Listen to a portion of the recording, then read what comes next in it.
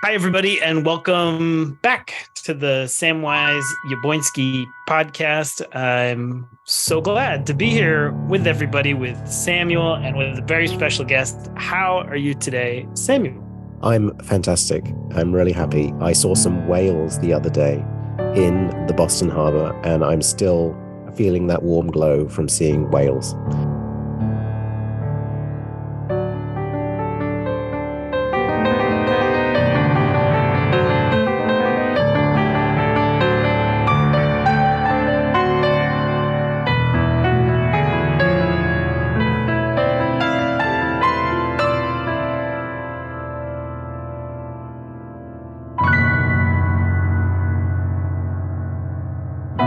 How are you, Chris? I'm good. And my very favorite thing of the last couple of weeks is witnessing Samuel's ability to work in these whales into every single cup. You should tell them about the smell first because it's fascinating. And then we'll welcome our wonderful guest. So when whales spout, their breath can drift over the boat and you smell the whale's breath. And it's a quite extraordinary thing, and it smells like drains. It's not a pleasant smell, but it's strangely intimate. That these huge beasts heaving under the surface of the water, you get to smell their breath. It's strangely intimate, and I was very touched by that. I've only ever seen whales at a distance, and the only official whale, because I spend a fair bit of time on the water, so I've sort of stumbled into some whales. But the one time where that was the goal, I was with my mother's parents, who were very Midwesterners and really begrudging and sort of grumpy by nature, and not a single whale. It was like the only day, and they were just grumpier and grumpier as the no whales sort of racked up the big zero. And they were just, so I remember only the look on my grandmother's face. Anyway, well, we are so grateful to have with us Priscilla Cobb. Welcome, Priscilla. So glad you're here. Welcome, Priscilla. Thank you. Great to be here. And Priscilla is one of my favorite kind of leaders and volunteers who work so hard at the church doing so many different things. So right now, Priscilla's on the board, which is great. And then also has been a huge part of our social action committee, really spearheading, especially over the last couple of years, the vote work that we've been doing, along with a wonderful team of lots of other folks too. And also helping and really being the glue that holds together the 11th hour gatherings that we've been having at 11 o'clock on the 11th day of the month. And so we'll talk about all of that as this all sort of flows. But first, like with everybody, sort of just tell the story a little bit about how you came to First Church and to Unitarian Universalism. So where did it all start?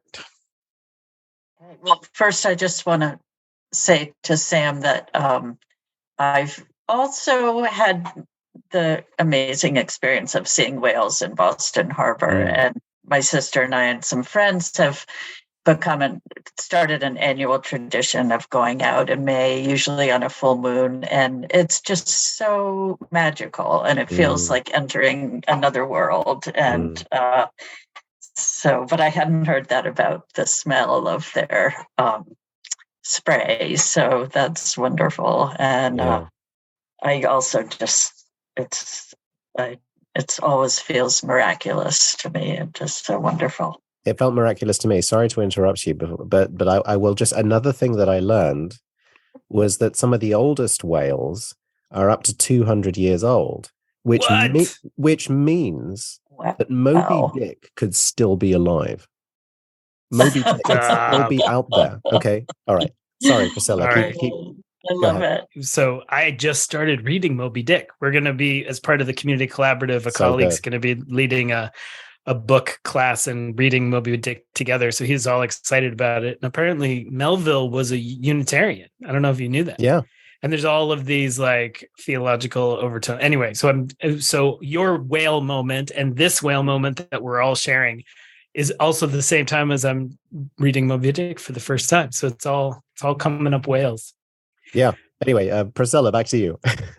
Right. Back to your origin story. Oh. I grew up in Cambridge, and my first school experience was at St. Anne's Nursery School, which was in Cambridge. And the nuns there were Sister Judith and Sister Dorothy and Sister Anne. And they were just the most gentle, sweet, lovely women, and big Red Sox fans, and just so fun and calm and sweet. And so that remains my best school experience ever. And as a result, the first thing I remember wanting to be was a nun. Wow. But I did outgrow that. My parents were not super religious. My mother probably more enjoyed the tradition of going to church. So for a while we did that at the Christ Church right in Harvard Square. Wow. That has the bullet hole in it. And that was, I should remember the name of the pastor, but I can't. Anyway, so we were occasional, for a while we went there. And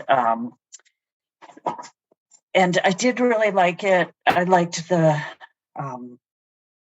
music and the ritual of it. And my little sister and I used to have church services for our stuffed animals sometimes on Sunday afternoons. So there was some level that we really connected, apparently.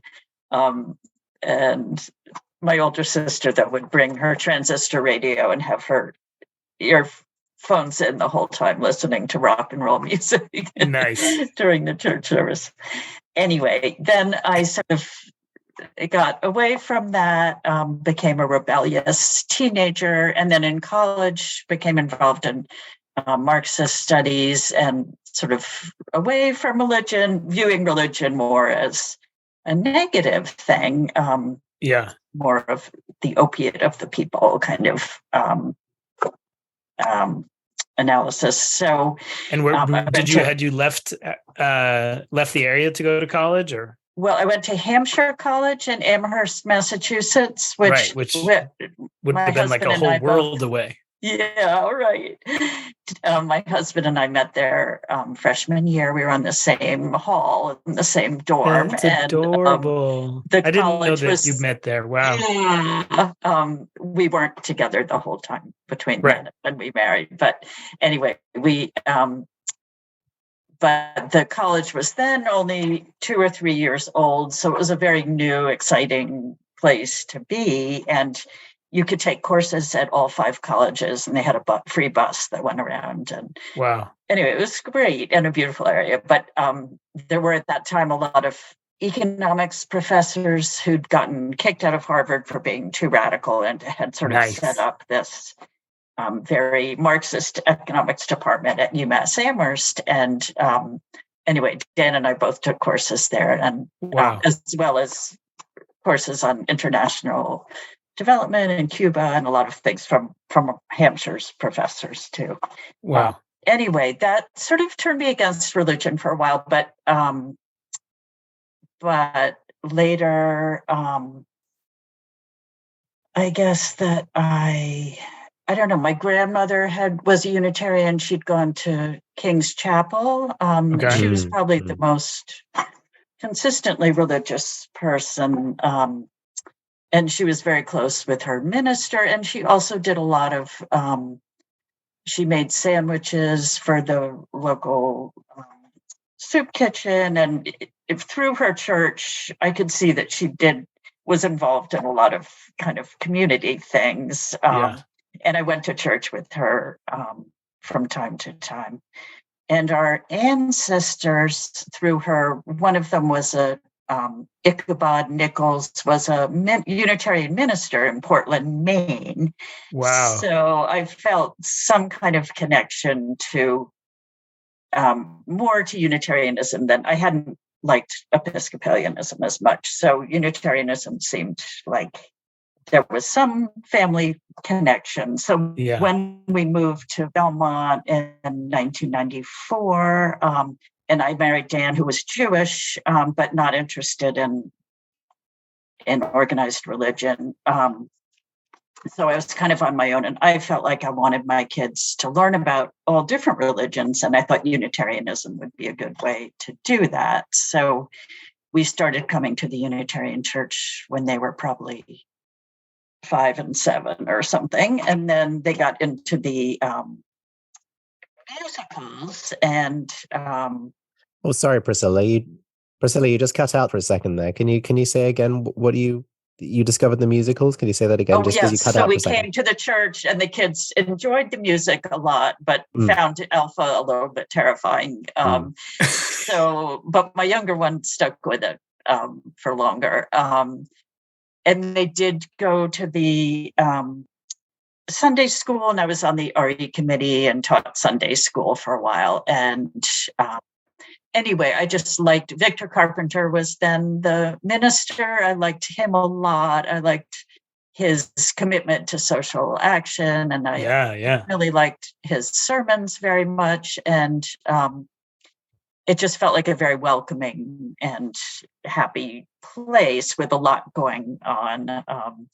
And I was involved in Santa's workshop, which I really loved, which was a tradition where there'd be all kinds of craft supplies right before Christmas, and kids would come and make Christmas presents. That's awesome. It was really fun. It was a ton of work. And I think that's why, like the rummage sale, it sort of eventually was phased out, but it was really fun while it lasted anyway.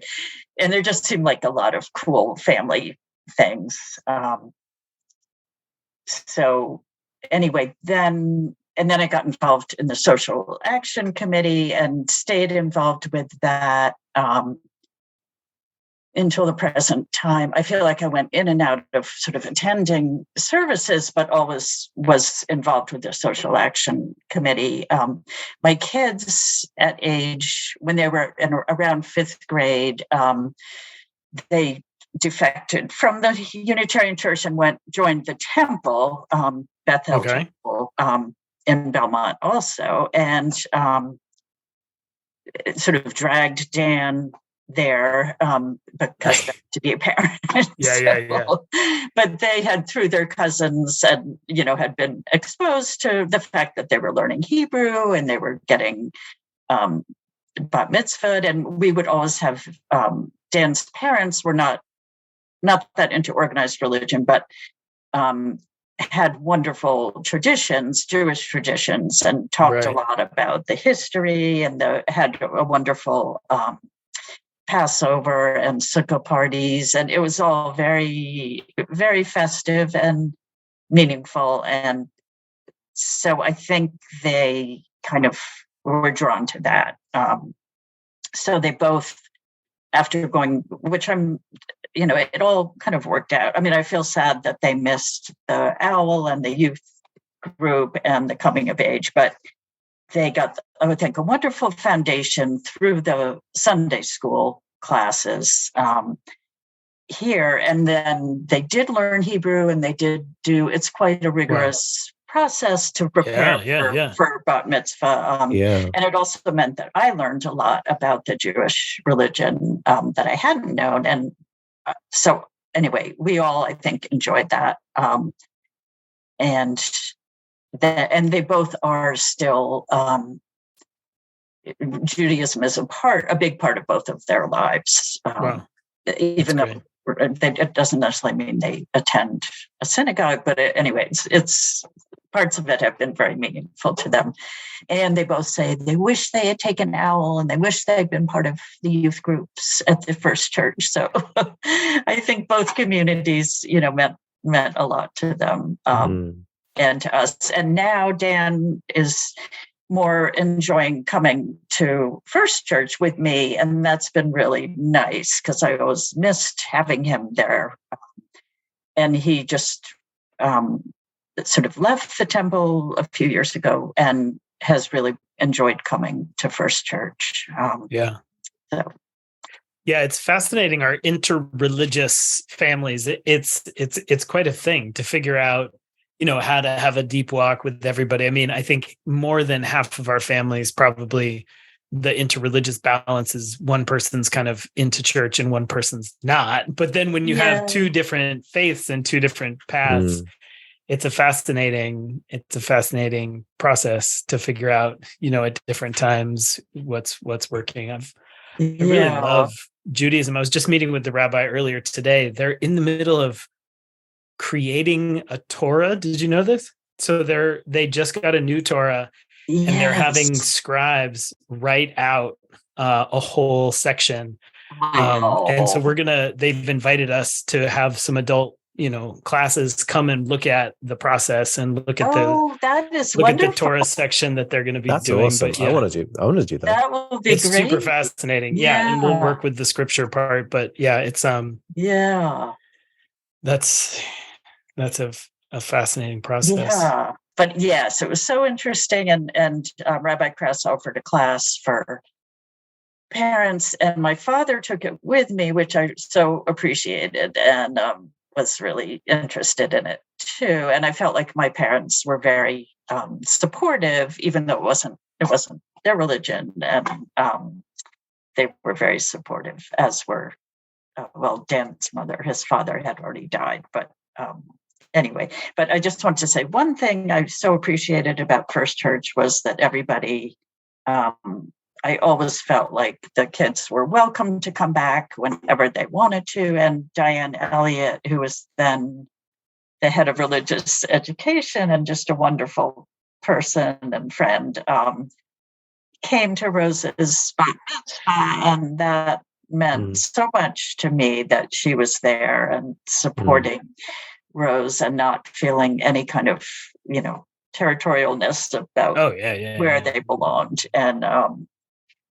And the Jewish, at that time, the temple had rather strict rules about if you were getting bat mitzvah, you could not be enrolled in anything at another church. I don't know if they still are that way, but anyway, that was, I found that difficult. And it felt like a contrast to me that I felt like the Unitarian Church's approach to our situation felt more welcoming and sensible, and so that was great. And a fun small UU world moment. Diane Elliott, who served as the director of religious education at First Church, also was the first religious educator that I worked for as a volunteer at the Arlington Street Church. Wow. When I knew I was going to go to seminary. And she was, there was a group of 7th and 8th graders, and I was studying the historical Jesus at this point. And I had a wonderful professor, shout out Paula Fredrickson. Hopefully she's still being brilliant. She was wonderful. And I think I had a little bit of a crush on her. So I paid a lot of attention in her class. And Diane was like, here's a room full of 7th and 8th graders, teach them the Bible. That was all. I didn't get a curriculum. And she just trusted me to do it. And so I remember this one class in particular, I laid out a bunch of newsprint and we did a mural of the book of Revelations while I was reading it. And I found like the craziest, most vivid portions. And I was reading it, and the kids were drawing like 7-headed dragons. And that's amazing. It was amazing. Wow. But yeah. And then now, a minute later, I'm serving in the place that she had served. So it's very sweet. So great. Wow. Yeah. I didn't know that. That's cool. So I'm fascinated by the Marxist economics, learning kind of religion is the opiate of the masses, that sort of transition to then having an experience of church be so woven with social justice and social transformation.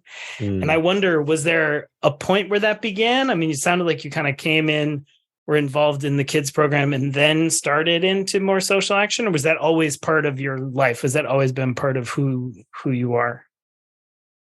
Well, I guess that growing up in Cambridge in the 60s and 70s, there was a lot of, and among my friends and their parents, there was a lot of talk about all the injustices in the world and the inequality of wealth and the racial violence and the war. And so there were a lot of things that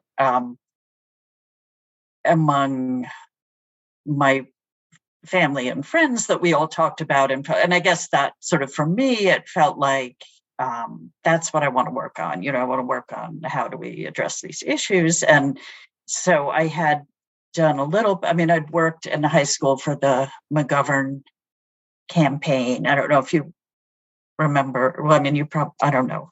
Were you guys born then? But anyway, in I'm 1976 for a shocking moment. But okay, yeah. so So I recall it, but it wasn't my 72. wasn't my candidate. And my father was a big McGovern fan. Anyway, McGovern lost everywhere except Massachusetts. But anyway, that was sort of, I guess, the beginning of working on in some sort of constructive way on politics. But I went to we would go to marches in Washington. My father took my little sister in 70, I guess, or 72, on the bus to Washington. And wow. when my sister and I went with our friends. But anyway, it just felt like not just us, but also our parents were very involved. Yeah. And so I don't know, I guess, but then there was a long time, obviously, between then, like 20 years. And in the meantime, I think I thought economics would be an important thing to study because it would be about how to change from capitalism to a more fair, humane system. But the fact was I wasn't really that interested in economics. I was interested in the goals and the ideals, but not really. So I ended up sort of combining it with a study of poetry and looking at the poetry of the independence movements in Senegal and other places that had been French colonies. And so looking at poets who actually became leaders, went back to their countries during independence movements, and then became leaders of their countries. And that was a way, I think my real interest was more in literature and poetry, but it was a way of combining them. And Hampshire being Hampshire was all about doing that kind of thing. So which poets were you focused on? Senghor was one Senghor, of them, and Césaire was the other one. I'm excited to. I didn't know about these folks. French, which was obviously a handicap, but I enjoyed it a lot and had just really great professors and enjoyed working on it. And then anyway, I'm not going to go into everything that I did, but then I do think that I, at some point, started to see religion as a way, actually, that to organize and to be seeing it not as in all kinds of ways, moving away from a Marxist analysis and views. But at one point, I was in North Carolina studying city planning, and there was a group there that was trying to keep a highway from going through a African-American neighborhood, and all the organizing happened through the church. And anyway, that was just an example of like, oh, okay, this actually can be a positive thing for for collective action and support. And and I think for my kids, I just wanted there to be a part of the week that was completely that was quiet and a pause and not about material things, and sort of some glimpse into silence and spirituality. And I feel like that happened also in nature, but the church was a way to have that time in the week, in our regular week when we were right here at home. And so I think I wanted that for them. And then I saw the opportunity, instead of just like sort of thinking, oh, I wish I could do something, or just being one person doing something, that the Social Action Committee was a way to suddenly have, 20 people doing something together. And especially Victor Carpenter was very inspiring and present and came to the meetings.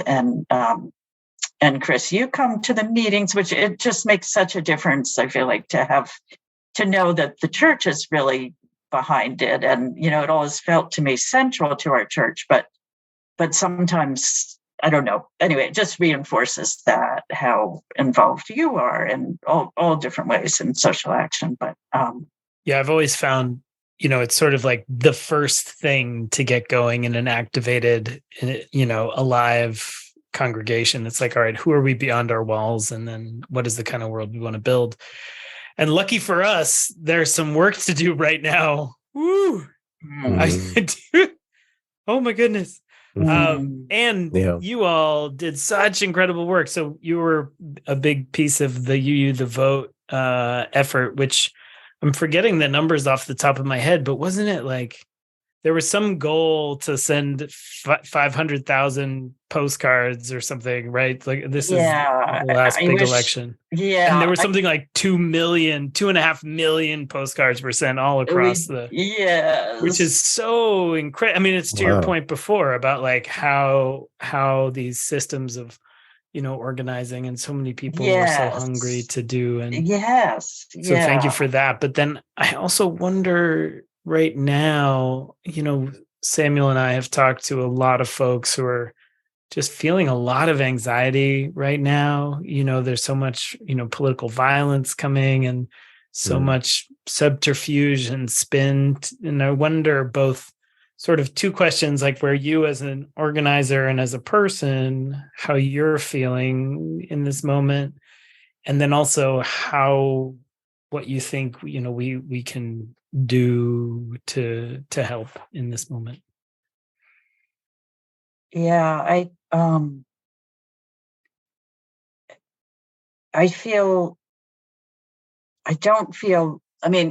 like I've been so lucky to be at the church and be able to very easily become an organizer. I don't feel like I have that I can claim to be a community organizer in my life, but I do so appreciate how much people responded when I think it was just kind of the right moment and just reaching out, and suddenly 80 people were, sending postcards. And then with Catherine Bonfilio, who's just amazing. She is an amazing organizer and also just a very hard worker, and with Laura. Anyway, it just, the three of us sort of with great ease were able to sort of get this thing going that worked. And I do believe it has a difference, and it obviously doesn't feel like enough, but it did feel what I thought was really important about what we did was that we didn't sort of try to reinvent the wheel, and we reached out to Reclaim Our Vote, which was a group that worked in voter suppression states. So,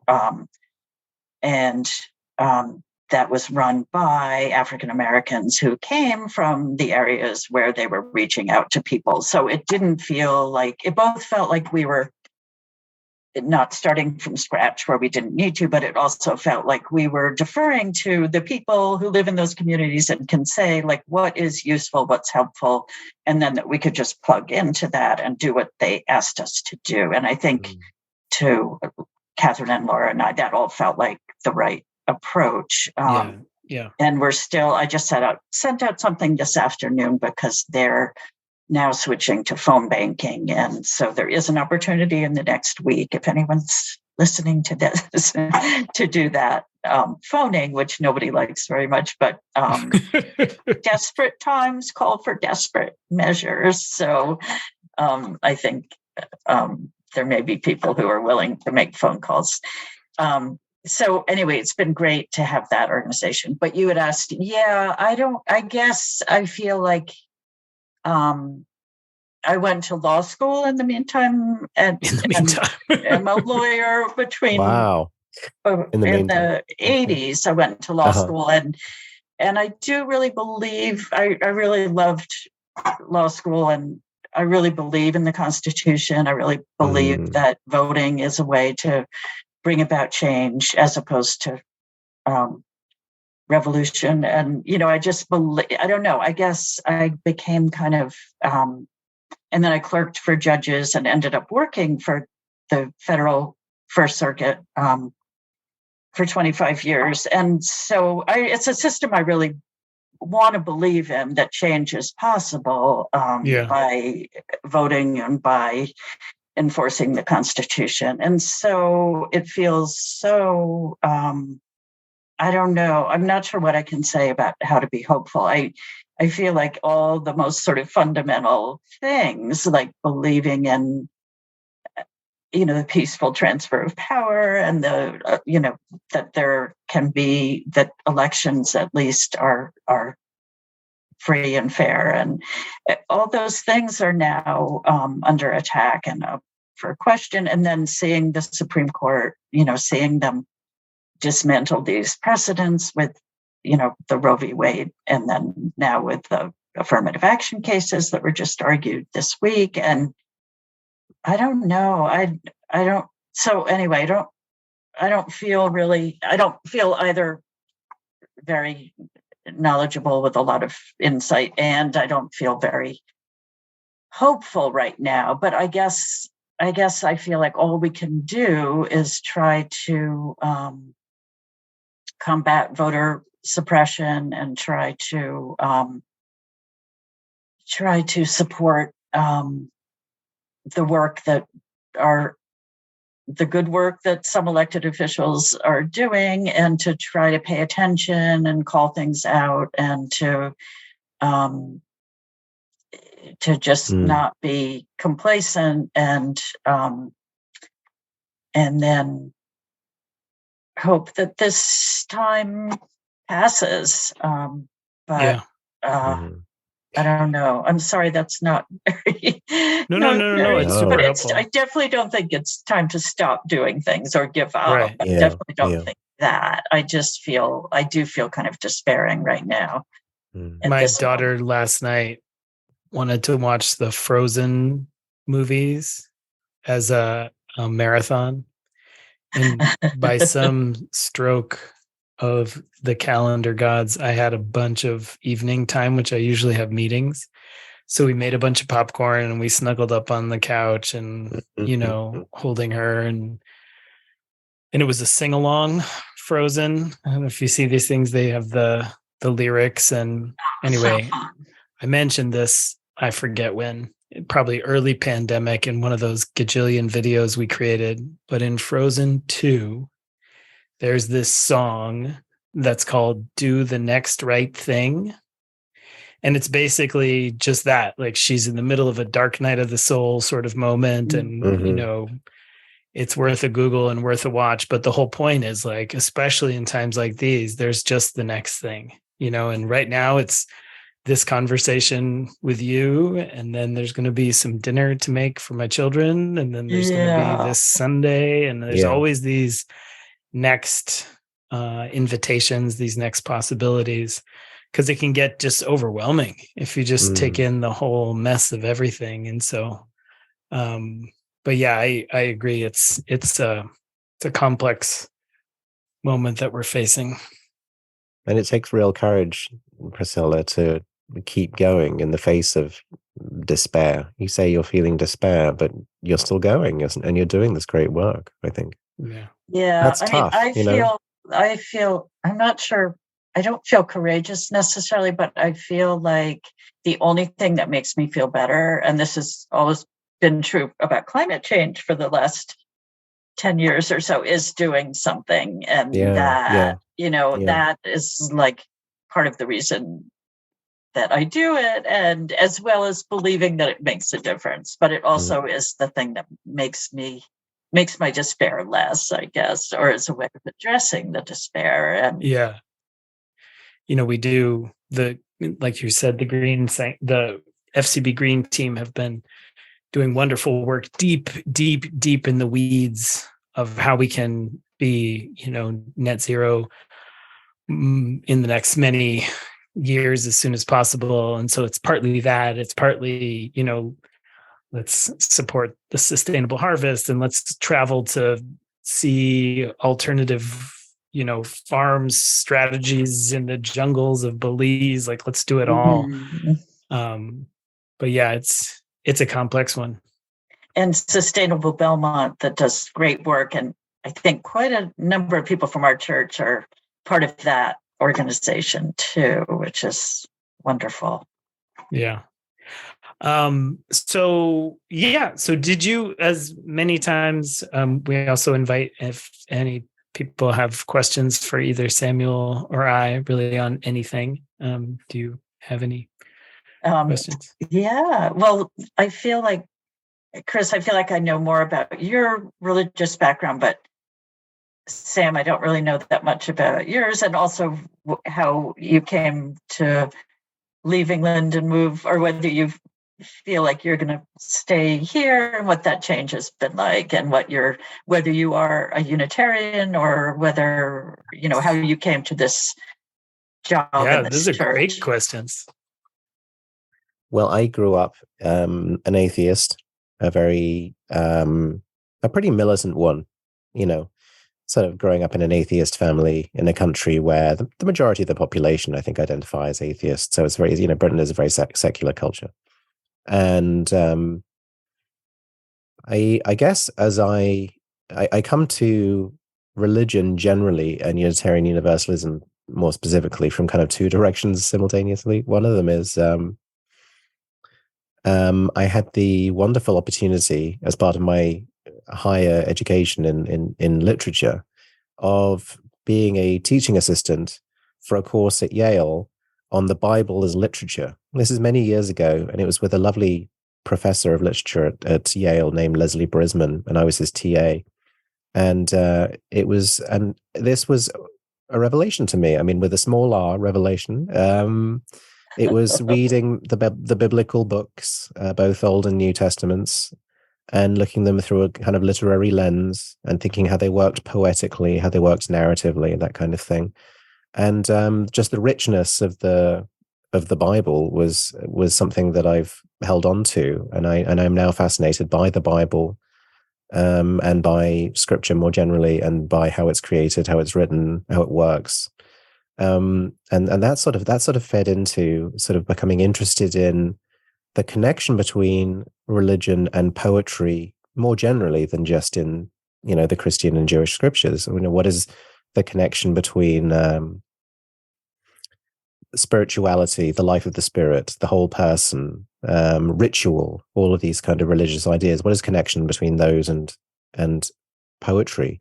I read in a scholar that I quite like somewhere, he writes that Marx was wrong when he said that religion is the opiate of the people, because really religion is the poetry of the people. And I always come back to that, and that seems to me so lovely. Exactly, and on many levels, I find that to be true. On many levels, I mean, in things like often when people write poetry who are not poets, but just regular people in the context of their own lives, they find there is some occasion on which they feel the need to put pen to paper or whatever and to write a poem.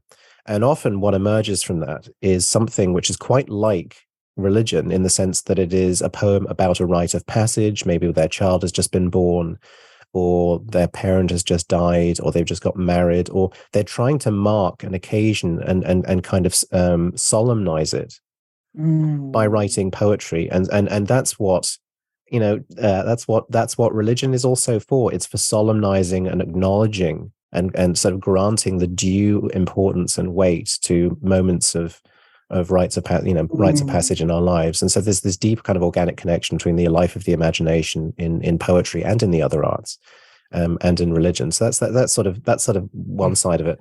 The other side of it is a bit more banal, which is that in the course of my literary studies, I took a long hiatus from my studies for health reasons, and was sort of struggling back into the world of work and into the world of trying to study again from this multi-year period of not being able to do very much because I was very ill.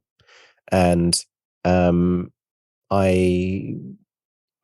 started attending the UU congregation in Center City, Philadelphia, where I was then living, and was embraced by that congregation during a very hard time in my life. The minister there, Abby Tennis, was extremely warm and compassionate and sympathetic at a time in my life when I really needed that. And I was persuaded to move back to my university town to both pick up my dissertation and get the degree that I deserved in my lapsed literary studies, and to apply for jobs at UU congregations where I could have both of these things. I could have my studies, and I could fund them by deepening my connection to UU and to serving, and that's what happened. And I'm so happy with this, and I'm so happy that I have both of these things. It's like the best possible combination to have, So yeah, and we're so lucky. Yeah.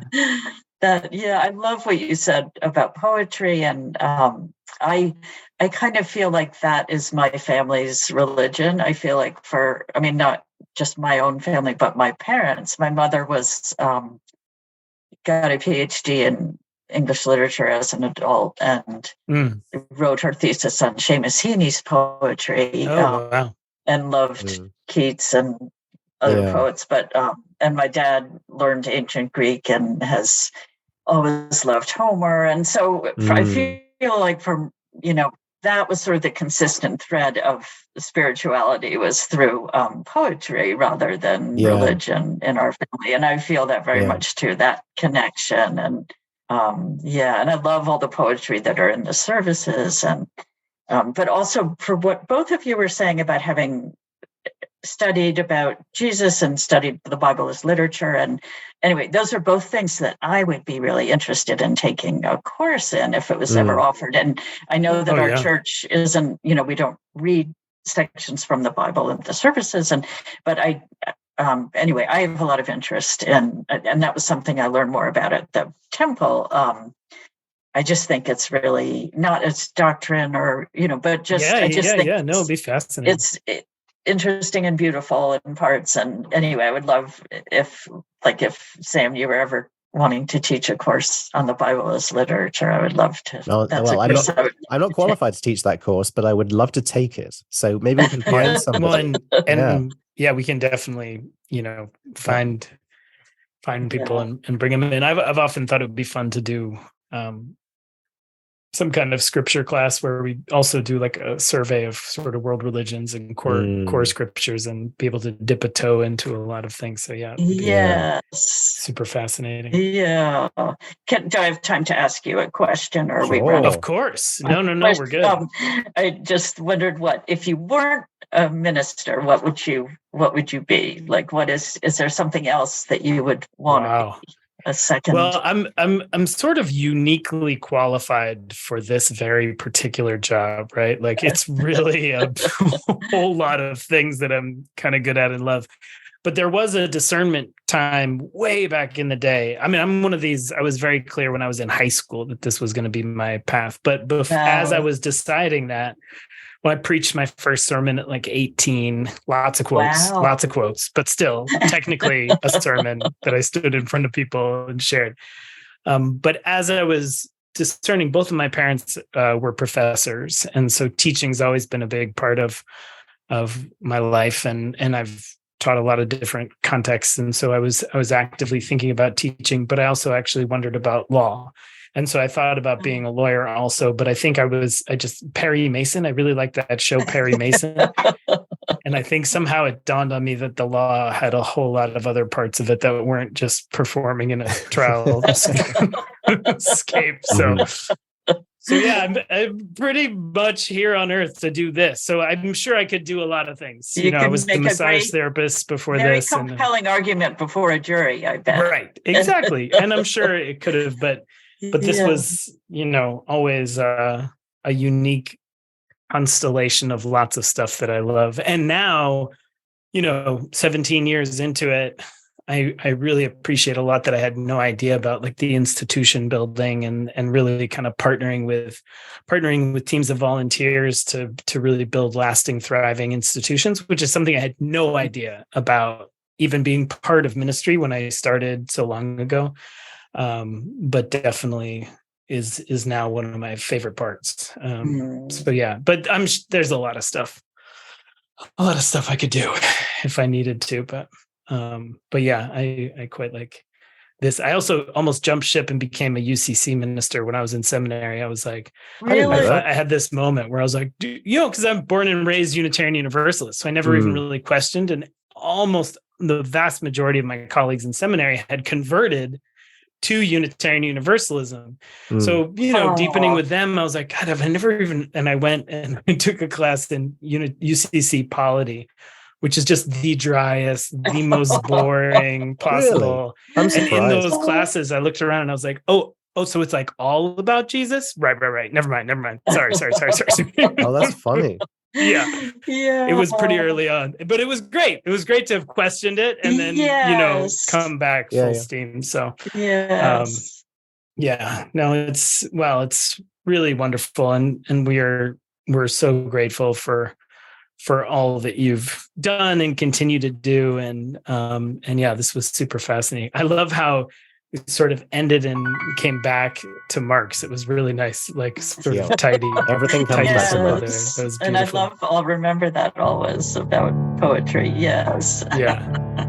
Wonderful. Well, thanks so much. And thanks everybody for tuning in again. And we will be back with another podcast real soon. We'll talk Thank to you guys for soon. inviting Thanks for me. coming. Yeah. It was lovely talking to you, Priscilla. It was lovely.